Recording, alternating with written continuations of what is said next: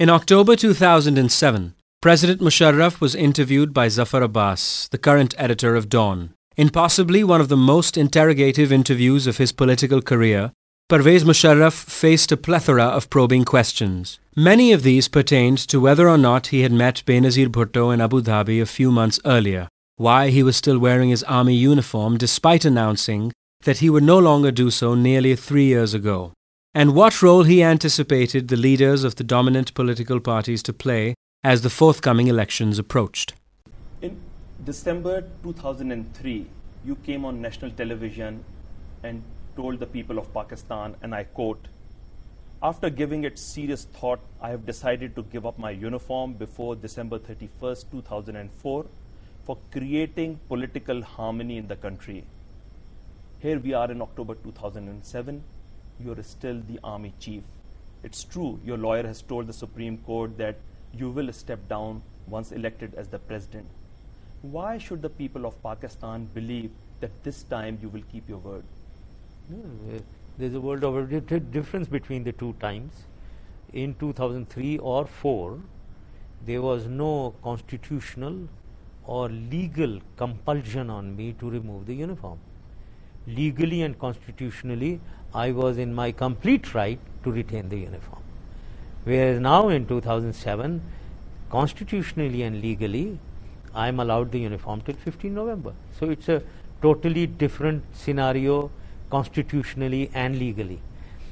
And then on the other side, in 2004, why I did not remove the uniform had to do with the local environment, local and regional environment. While you yourself said that I said that to create harmony, political harmony. But there was because such my question political... was about the promise that you made, and that is why the doubt comes in the people's mind. No, promise I had made, but the environment changed. There was while I was trying for political harmony, by saying all this, there was total political disharmony being created by those very elements who had voted for me for the uniform. So therefore, I saw that there was political disharmony being created, and the regional environment, etc., needed a unity between the bureaucracy, the politician, and the army, and that unity had to be provided by a person, by me as the man in uniform. This will be a national reconciliation which will affect not only an individual, it will be a total package of national reconciliation, bringing more harmony into the political scenario, ensuring fair and transparent elections. That is the package that we are attempting. So you see a role for people like Benazir Bhutto in the future political setup, maybe as a political ally? Possibly, possible, but again, no comments. As I said, it's a package of national reconciliation in which People's Party or any other party will be affected equally. Mr. President, everyone is convinced that the two of you met in Abu Dhabi after a long series of back-channel contacts. Why all this secrecy when it is all for the good of democracy and the country? First of all, I wouldn't like to comment where I met and when I met and whether I met. Yes, there is a requirement of confidentiality on certain issues, because I think people start analyzing and reading between the lines so much that realities sometimes get distorted and negative images start emerging, negative effects start getting created. Therefore, it's better to have confidentiality on such issues. You may not like to go on record about such meetings, but most people believe that such a meeting took place. So what is your impression about her now? No comments. No comments. I wouldn't like to comment on that. That gives me the impression that probably an understanding is not in sight. No comments again. As I said, this is the national reconciliation that we are trying will affect all parties, all political, a general political scenario. Who is going to decide what is in the national interest? I mean, national interest, obviously the government decides. You know, and the government, they can be confident, because there has always been a debate in this country about what is really in the national interest. Yes. And you are aware of that. Yes. The Prime Minister tried to remove you in the national interest, you seize power in the national interest. All these things have been done in the national interest. National interest. No, sir, no. National interests are interests of the nation and for the people of Pakistan. Those are national. National interest is our security. National interests are our strategic assets. National interest is maybe our Kashmir cause. National interest is the prosperity and progress and development of the nation. These are national interests. Rest is not national But there are always different definitions of these things that you have spelled out. What is the Kashmir cause? What is the security of the nation? What is important? What actions are important? And that is where the debate lies. No, but it doesn't strike at the root. Now, nuclear assets, being a nuclear state, is our national interest. Can anyone come and say that no, we need to do away with our nuclear assets? No, sir. That is clash of national interest. So let's understand, national interest is a very big thing. So in this situation, national interests do not change. So in this situation, did Benazir Bhutto's statement that she may allow the IAEA representatives to meet AQ Khan disturb you? No, well, it doesn't clash with national interest as such, but yes, it does, because I personally am against that. This is absolutely an internal matter. AQ Khan is our internal affair, and we don't want any external influence or interference in it. Even when he has been accused of proliferation internationally? Even if that is the case, he is a Pakistani. We looked into the whole case, investigated it, and took action. This is what a sovereign country needs to do, and we did it. And period, we don't like any interference from anywhere outside. And a leader is expected to visualize what may happen in the future. And that is why I am asking, the governments who promoted such kind of militancy never realized that it can turn back on the people of Pakistan. There is always a rationale for doing whatever one does. If you have to go back to the 80s, why were we participating in the war against the Soviet Union? Why don't you ask that? Why did we participate? Were you in favor? We shouldn't have participated, you think? No, but people should have realized that promoting... No, that is a different thing. Promoting which group is the important thing, Mr. President?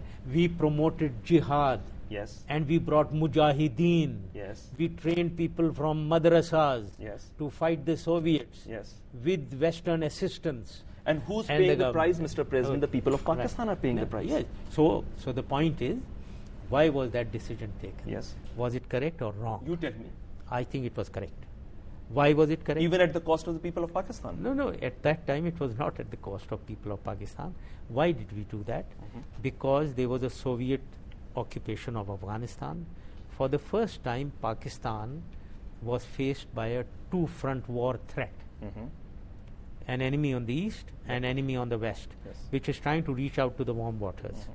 Therefore, and we were always in the times of the Cold War, we were always on the side of the west against the east. So here there was a confrontation, and I think it was in our interest that we did that. Then comes the period of 89 after the Soviet withdrawal. This is the period when Afghanistan was in turmoil, and there was internecine warfare between warlords. I would say now, as a person, in my view, that is the time where we should have not interfered in Afghanistan at all.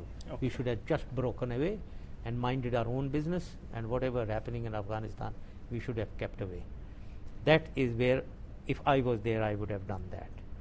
But then, suddenly in 95, Taliban emerged, and Taliban swept Afghanistan and occupied 90% of Afghanistan.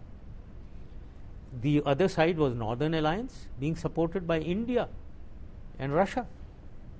Now, where should have Pakistan been? On which side? We should have been neutral, but we could certainly not have been on the other side. So therefore, we went on and recognized the Taliban. We had diplomatic relations with them. That doesn't mean, I presume, I mean, no love lost for the governments at that time, but at least I would say that that was a correct action to have diplomatic relations with the Taliban at that time. it was proven later, and I told President Bill Clinton when he came here, that the best course when we are dealing with Taliban, let us recognize them and open our missions there, and then change them from within. Had that been, and I told this to President Clinton when he came here, because we were the only ones. Now this was proven correct when the Buddha statue issue came. I know how many leaders of the world rang me up to save the Buddha statue, and I had to tell them that we are alone, Pakistan is alone, and we are trying to influence the Taliban now. Had there been 70 embassies there, and all of us said that don't blow it, otherwise we are closing our missions, maybe it would have created effects. Even on Osama bin Laden, we were the only one, everyone asking us, and I am sending delegations from here to Mullah Omar, please don't let these foreigners upset you, create enemies for you, let them go out. Alone, Pakistan is in the forefront. Again, if there were 70 embassies there, maybe the situation may have been different. We may have persuaded Mullah Omar to get rid of Osama bin Laden. There is a political crisis, there is a political vacuum in this country, and that is why you are exploring... Why is there a political vacuum? Mr. President, you are exploring other political groups to join a future setup, largely because there is a question of legitimacy. No, let's not get into legitimacy and political vacuum. There is no political vacuum. There is a majority coalition which is in government, in the Senate, in the National Assembly, in the provincial assemblies. District governments are functioning well. There is no political vacuum. There is a minority which is opposing, which is creating the turmoil which they are trying to create. But the people of Pakistan, have you seen the people of Pakistan on the streets? When have we seen the people of Pakistan? There is 160 million people of Pakistan. If there are a few hundred or a few thousand people, that is not the people of Pakistan. But that also doesn't mean they are with you. Yes, of course, there will be many if they are not people coming who are out on the against street, if they are not coming out on the street, it means they are your supporters. Are you saying that? No, not all, but most. Yes, I don't take a feedback only by that. I have my own methods of feedback. I know that the majority in Pakistan certainly are my supporters. You think so? Yes, of course, yes. Even now? Yes, indeed. All independent polls have suggested your popularity has constantly gone down, Mr. President. Yes, it has gone down. It can be an incumbency factor, but there are several other factors that have led to... No, I don't. Now, these polls that you talk of, I know how these polls are held. I know what are the targets. I know what is done. I know when there are talk shows, who sits and how they are selected. I'm not talking about the talk shows. I know when you receive telephone calls, who is managing all that. I know everything. So let's not talk of that. Let's not talk of these polls. Yes, indeed, my popularity graph went down. But if anyone says that I become unpopular, I don't agree with that. I have my own methods of finding out, and I'm very sure of it.